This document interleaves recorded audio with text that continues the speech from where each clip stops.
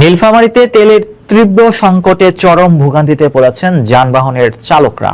সকাল থেকে গভীর রাত পর্যন্ত পেট্রোল পাম্পগুলোতে দীর্ঘ লাইনে দাঁড়িয়ে থেকেও অনেকে জ্বালানি সংগ্রহ করতে পারছেন না।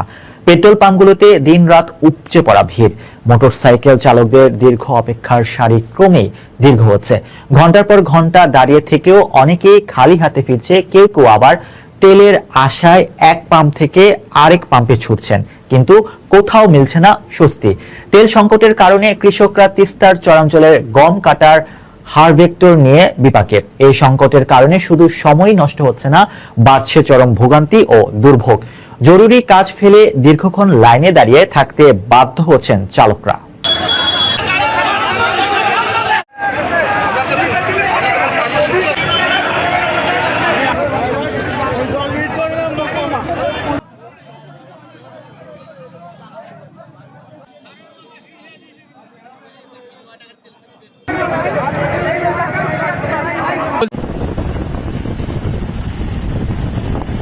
পারতেছি না, 3 দিন থেকে আমরা একেবারে দুর্ভোগে মরতেছি।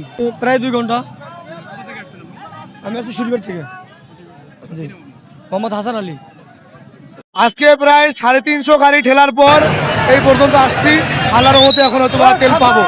আমাদের সিন্ডিকেট এরকম করে বাংলাদেশে মানুষ চলতে পারবে না। কতদিন চলবে? সাতনাই থেকে আসছি, ঘন্টা বোধহয় 3-4 এরকম হবে আসছি। আর সামনে 1 ঘন্টা লাগতে পারে তেল পেতে। তো মোটামুটি একটু খারাপই লাগতেছে, একটু সামান্য তেলের জন্য লাইন ধরে থাকতে হচ্ছে।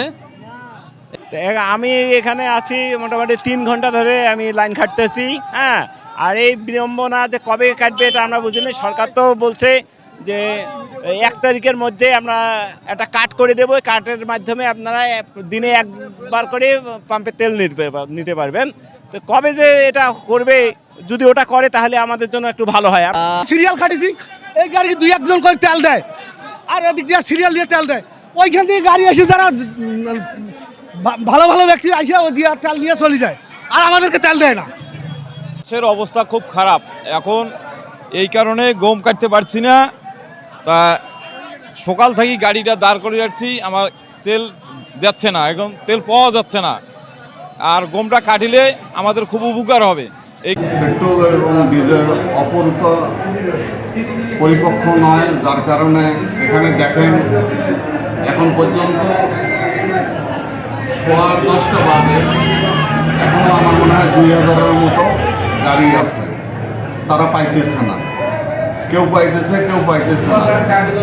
আমি 2 সপ্তাহ ধরে মাত্র সপ্তাহে 2 দিন 3000 লিটার করে পেট্রোল পাইতেছি।